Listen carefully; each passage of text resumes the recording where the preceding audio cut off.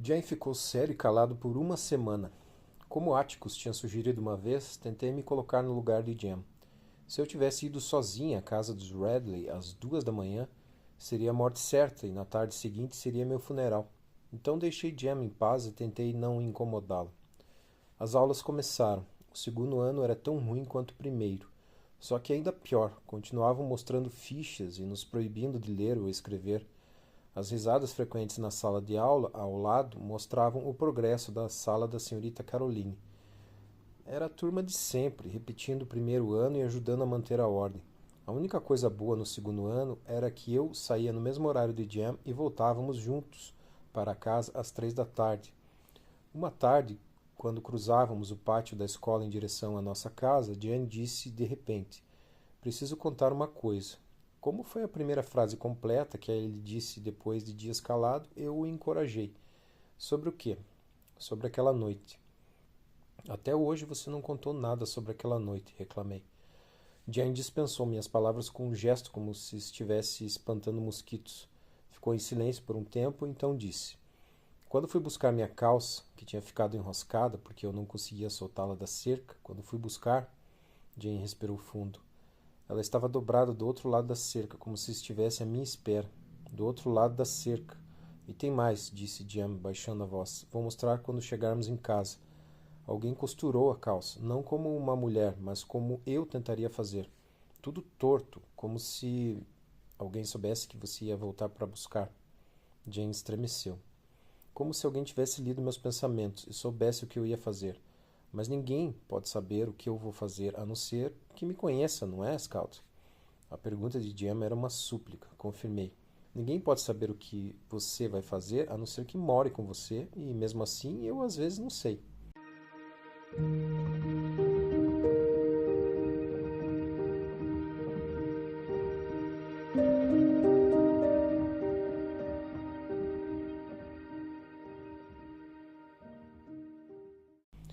Estávamos passando pela nossa árvore.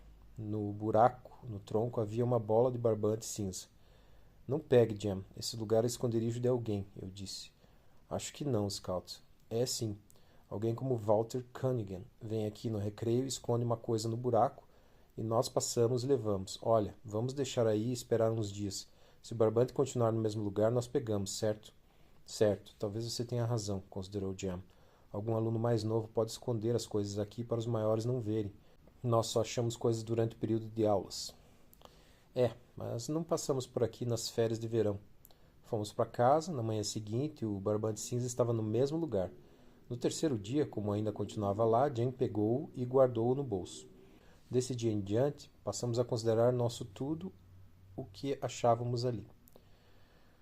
O segundo ano da escola foi lamentável, mas Jane me garantiu que ia melhorando à medida em que eu crescesse, que com ele tinha sido assim. Só no sexto ano os professores começaram a ensinar coisas que prestassem. Jane gostou do sexto ano desde o começo. Passou por um curto período egípcio que me deixou desconcertado. Ele passou um bom tempo tentando andar com um braço dobrado na frente e o outro dobrado para trás, pondo um pé atrás do outro, pois dizia que era assim que os egípcios andavam. Observei que, se isso fosse verdade, não sabia como eles conseguiam fazer as coisas. Mas Jane argumentou que os egípcios tinham feito muito mais coisa do que os americanos. Inventaram papel higiênico e a arte de embalsamar, e onde estaríamos hoje sem isso? Atticus disse para esquecer os adjetivos e me concentrar nos fatos. No sul do Alabama, as estações do ano não são muito definidas. O verão se estende pelo outono, às vezes o outono não é sucedido pelo inverno, mas se torna uma primavera tardia que se desfaz no verão outra vez. Aquele outono foi longo, mas não fez um frio que exigisse mais do que um casaco leve. Numa amena tarde de outono, Jane e eu vínhamos pelo nosso caminho de sempre, quando nosso buraco na árvore nos fez parar mais uma vez. Tinha uma coisa branca lá dentro. Jam deixou que eu pegasse. Eram duas pequenas esculturas em sabão. Uma de um menino e outra que deveria ser uma menina, com um vestido simples. Antes de me lembrar que essas coisas de voodoo não existem, dei um grito e joguei-as no chão. Jim pegou-as. "O que há com você?" berrou e limpou as figuras. "São muito bem feitas, nunca vi nenhuma tão boa." Ele as estendeu para que eu visse. Eram miniaturas quase perfeitas de duas crianças. O menino estava de calças curtas e tinha uma mecha de cabelo caindo sobre as sobrancelhas. Olhei para Jam. Uma mecha caía de seus cabelos repartidos. Eu nunca havia notado. Jam olhou da figura para mim. A figura tinha franja. Eu também. Somos nós, concluiu. Quem você acha que fez? Alguém sabe esculpir por aqui? O Sr. Avery. O que o Sr. Avery faz não conta. Estou falando de esculpir. O Sr. Avery gastava em média uma acha de lareira por semana, que ia desbastando até fazer um palito. Depois punha na boca e mastigava. Tem também o velho namorado da senhorita Stephanie, lembrei. É verdade, mas ele mora no campo, nunca prestou atenção em nós. Vai ver que fica lá na varanda olhando para nós e não para a senhorita Stephanie. Era o que eu faria se fosse ele. Jan ficou me olhando por tanto tempo que perguntei qual era o problema, mas ele disse que não era nada. Quando chegamos em casa, Jan guardou as duas figuras no baú. Menos de 2 semanas depois, achamos um pacote inteiro de goma de mascar que adoramos. Jan esqueceu completamente o fato de que tudo na casa dos Radley devia estar envenenado. Na semana seguinte, uma medalha reluzia no buraco da árvore. Jan mostrou-a a Atticus, que nos disse que era uma medalha de um concurso de soletrar, que antes de nascermos, as escolas do condado de Macon promoviam concursos assim e davam medalhas aos vencedores. Atticus disse que alguém devia ter perdido a medalha. Nós tínhamos perguntado pela vizinhança. Jan me deu um discreto chute quando eu ia dizer onde a achamos. Depois, Jan perguntou se Atticus se lembrava de alguém que tivesse ganhado um daqueles concursos, mas ele respondeu que não. Nosso maior prêmio apareceu 4 dias depois. Era um relógio de bolso, parado com uma corrente e um canivete de alumínio. Você acha que isso é ouro branco, Jan? Não sei, vou mostrar a Atticus. Atticus disse que se aquilo tudo, o relógio, a corrente e o canivete, fosse novo, devia valer uns $10. Vocês trocaram com alguém na escola? Ele quis saber. De jeito nenhum, respondeu Jan, tirando o relógio do nosso avô, que Atticus deixava usar uma vez por semana, desde que tomasse cuidado. Quando eu ficava com o relógio, Jan parecia pisar em ovos. Atticus, se você não se importar, prefiro ficar com este. Vou tentar consertar. Quando o relógio do nosso avô deixou de ser novidade e levá-lo consigo se tornou uma tarefa penosa, Jan parou de ficar consultando a hora a cada 5 minutos. Ele fez um bom trabalho. Só sobraram uma mola e 2 peças bem pequenas, mas o relógio não voltou a funcionar.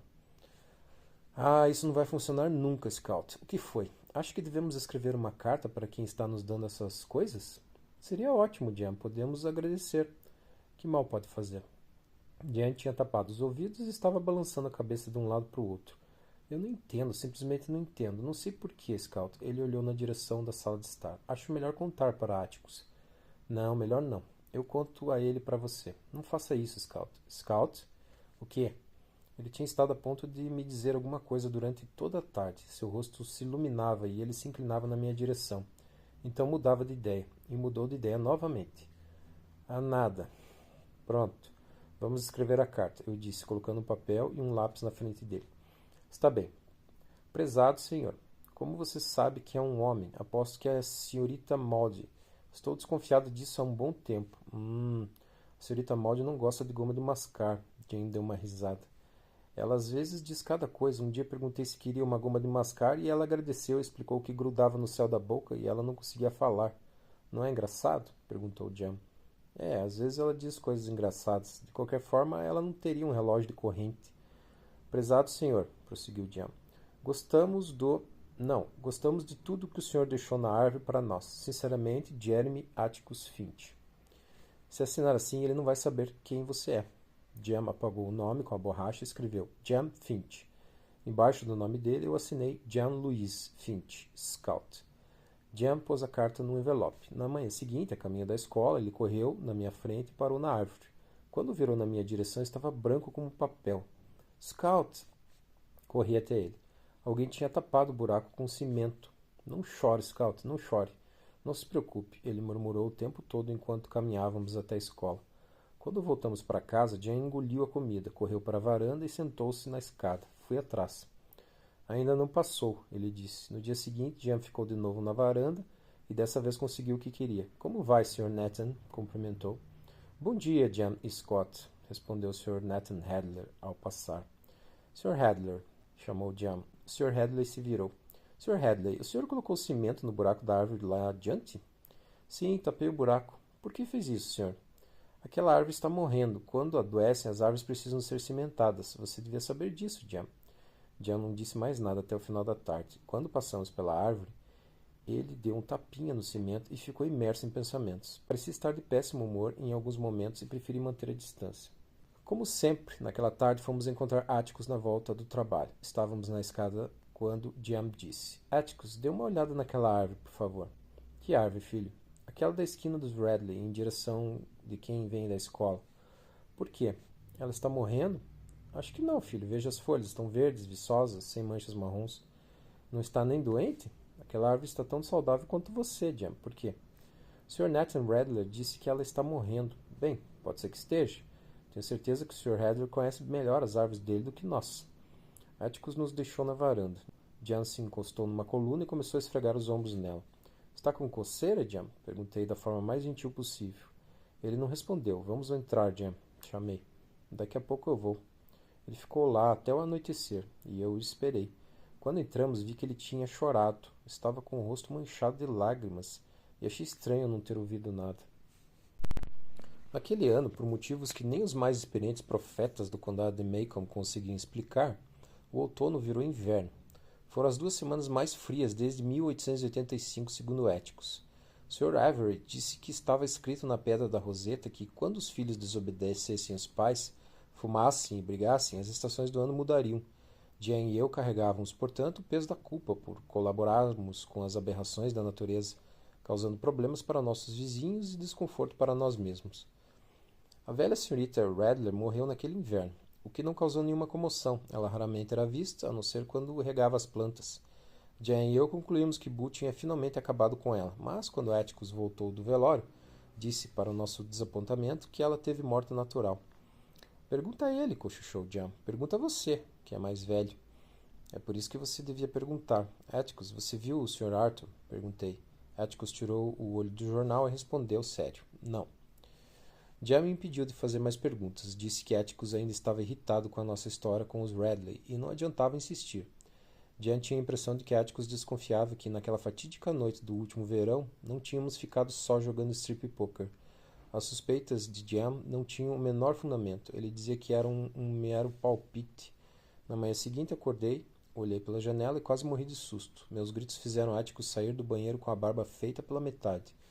O mundo está acabando, Atticus. Por favor, faça alguma coisa. Puxei-o até a janela e apontei. Não, está só nevando, ele garantiu. Jean perguntou a Atticus até quando ia continuar nevando. Ele também nunca tinha visto neve, mas sabia como era. Atticus respondeu que entendia tanto de neve quanto Jean, e acrescentou, mas acho que, se continuar assim tão úmido, vai acabar chovendo. O telefone tocou e Atticus levantou-se da mesa do café para atender. Era Eula May. Atticus informou ao voltar para a mesa. Ela avisou o seguinte: como não neva no condado de Macomb desde 1885, hoje não vai haver aula. Eula May era a telefonista-chefe de Macomb.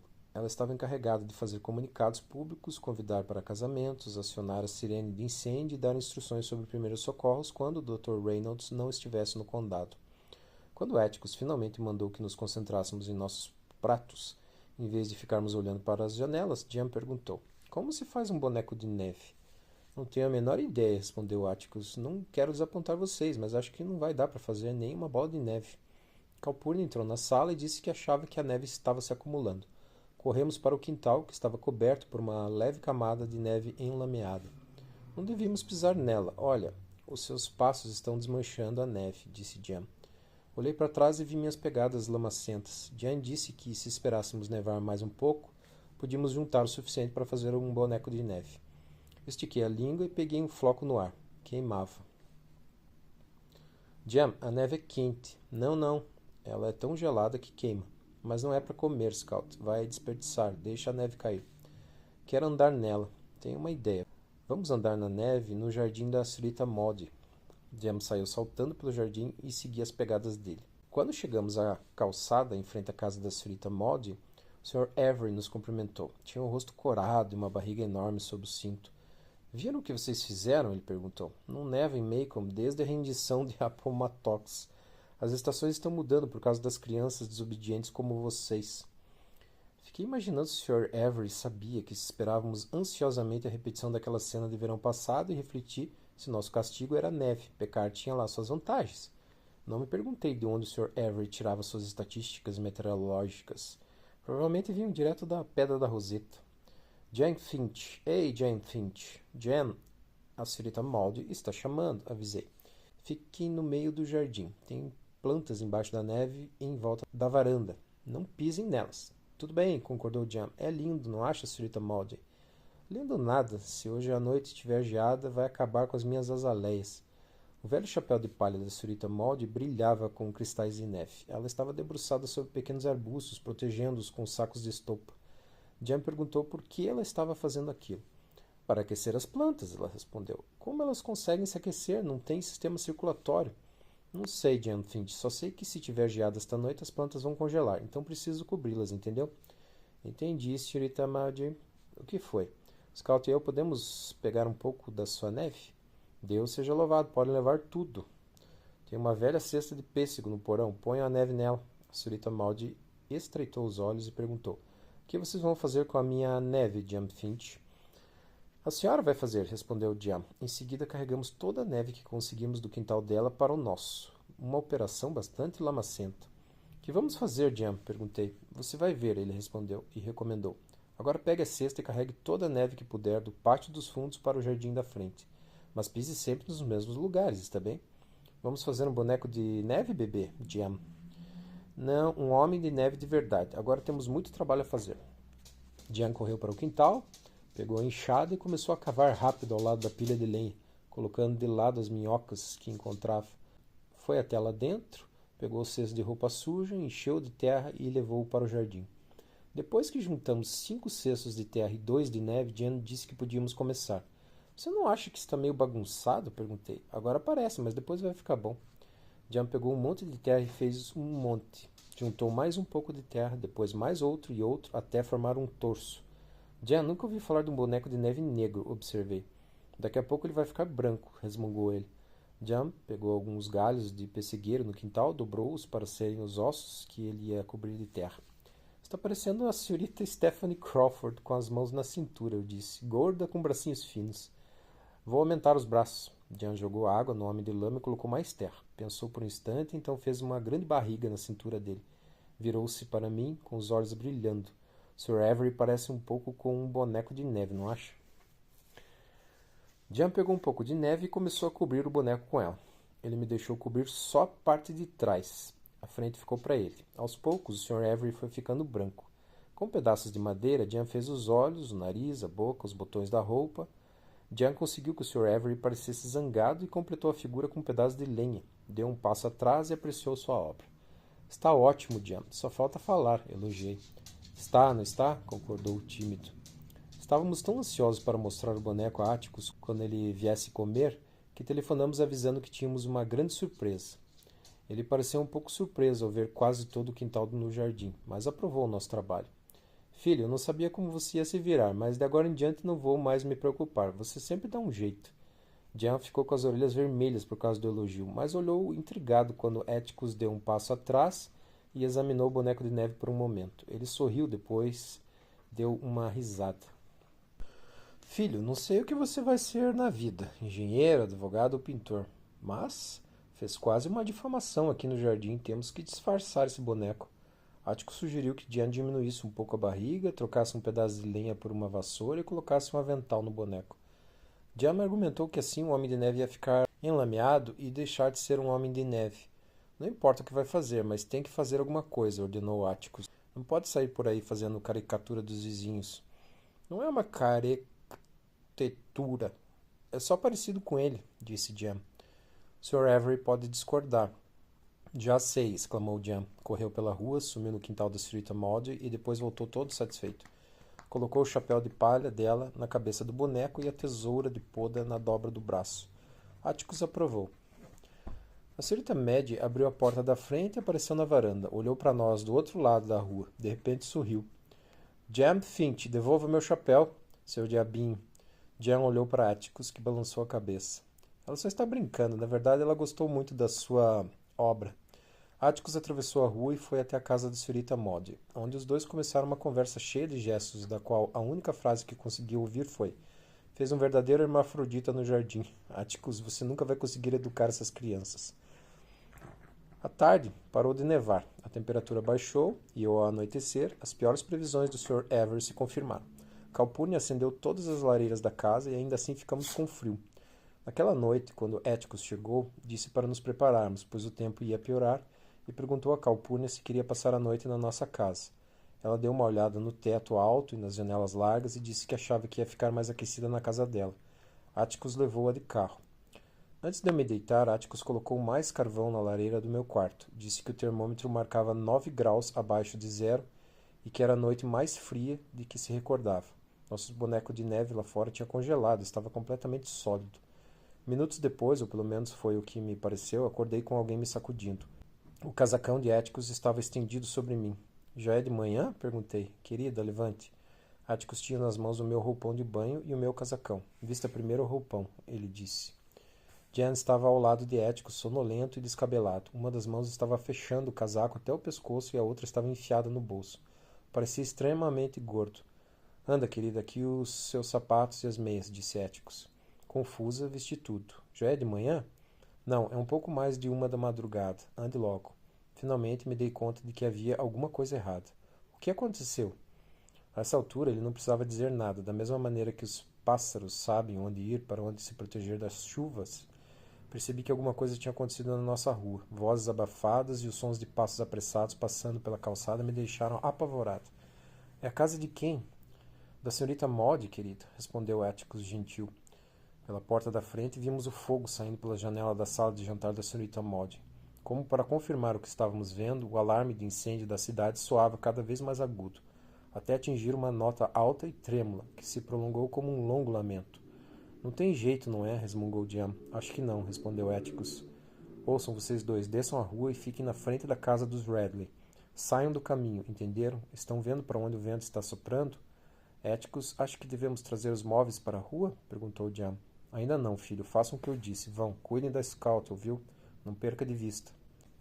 Atticus nos deu um empurrão de leve e saímos na direção do portão dos Radley. Ficamos olhando a rua, se encher de homens e carros, enquanto o fogo devorava silenciosamente a casa da senhorita Maud. Por que eles não andam mais rápido? Por que não correm? Resmungava Jam. Vimos por quê? Por causa do frio. O velho carro dos bombeiros tinha enguiçado. Estava sendo empurrado por vários homens desde a cidade. Quando ligaram a mangueira no hidrante, a água espirrou, se espalhando pela calçada. Ai, meu Deus, Jam. Jam pôs o braço em volta de mim. Calma, Scout. Ainda não é hora de se preocupar. Eu digo quando for. Os homens de Maycomb, meio vestidos e meio despidos, tiravam os móveis da casa da senhorita Maud e os levavam para um terreno do outro lado da rua. Vi Atticus carregando a pesada cadeira de balanço e achei sensato ele salvar o que ela mais gostava.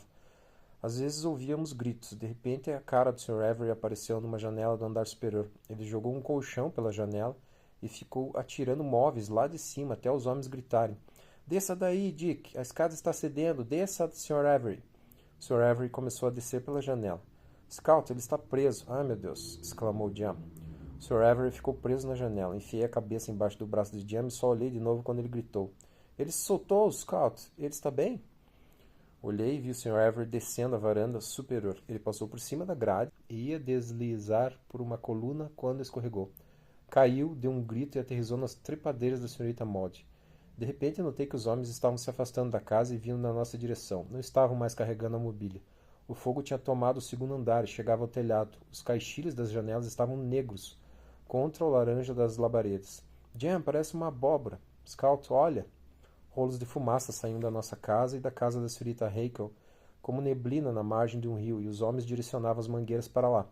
Atrás de nós, o carro de bombeiros de Abbotsville virou a esquina, com a sirene a toda, e parou na frente da nossa casa. Aquele livro, lembrei. Qual? Perguntou Jam. Aquele de Tom Swift. Não é meu, é de Jill.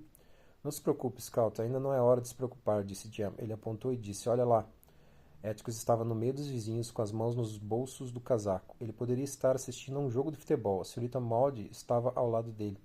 Veja, ele ainda não está preocupado. Por que não está no telhado de uma das casas? Ele é velho demais para fazer isso. Pode quebrar o pescoço, explicou Jam. Acha que devemos pedir para ele tirar nossas coisas de casa? Não vamos incomodá-lo. Ele vai saber quando for a hora, disse Jam. O carro de bombeiros de Abbotsville começou a jogar água sobre a nossa casa. De pé, no telhado, um homem mostrava onde havia fogo para apagar. Viu o nosso hermafrodita absoluto ficar escuro e desmoronar. O chapéu da senhorita Maud ficou por cima da sujeira. Não vi as tesouras de poda dela. Por causa do calor que fazia entre a nossa casa, a da senhorita Rachel e a da senhorita Maud, os homens tinham jogado no chão os casacos e roupões de banho. Trabalhavam de pijama ou com os camisolões enfiados nas calças. mas me dei conta de que eu estava congelando lentamente. Jan tentou me aquecer, mas o abraço dele não bastou. Desvencilhei-me, encolhi os ombros e dancei um pouco para sentir os pés. Mais um carro de bombeiros chegou e parou na frente da casa da senhorita Stephanie Crawford. Não havia hidrante sobrando para a mangueira, e os homens tentaram encharcar a casa com extintores de incêndio. O telhado de zinco da senhorita Maud impedia que as chamas se espalhassem. Com um estrondo, a casa desabou. O fogo jorrou por toda parte e em seguida vários homens no telhado das casas próximas começaram a agitar cobertores para combater as fagulhas e os pedaços de madeira em brasa. Os homens só começaram a ir embora ao amanhecer, primeiro um a um, depois em grupos. Empurraram o carro de bombeiros de Maycomb de volta para a cidade, o de Abbotsville foi embora e o terceiro ficou. Descobrimos no dia seguinte que tinha vindo de Clark's Ferry, que ficava a uns 90 quilômetros de distância. Jem e eu atravessamos a rua. A senhorita Maud estava olhando para o buraco negro e fumegante que tinha sido a casa dela e Atticus fez sinal com a cabeça para nos dizer que ela não queria conversa. Ele nos levou para casa, segurando nossos ombros para atravessarmos a rua escorregadia e gelada. Contou que, por enquanto, a senhorita Maud ficaria na casa da senhorita Stephanie. Querem um chocolate quente? Perguntou ele. Estremeci quando ele acendeu o fogão na cozinha. Enquanto tomávamos nosso chocolate, notei que papai me olhava primeiro com curiosidade e depois sério. Achei que eu tinha dito para você e Jem ficarem onde estavam, ele disse. Nós ficamos. Então de quem é esse cobertor? Cobertor? Sim, senhora, não é nosso. Olhei para baixo e vi que estava com um cobertor de lã marrom jogado nos ombros, como uma índia. Não sei, Atticus, eu... Olhei para Jem em busca de uma resposta, mas ele estava mais espantado do que eu. Disse que não sabia de onde tinha saído o cobertor. Tínhamos feito exatamente o que Atticus mandara. Tínhamos ficado na frente do portão dos Radley, longe de todo mundo. Não nos afastamos 1 centímetro. Jem parou de falar. O Sr. Nathan estava no incêndio, estava arrastando aquele colchão. Atticus, eu juro, continuou Jem confuso. Está bem, filho. Aos poucos, Atticus abriu um sorriso. Acho que o condado inteiro estava na rua esta noite. De uma forma ou de outra, Jem. Tem um papel de embrulho na despensa, eu acho. Vá pegar. Assim nós...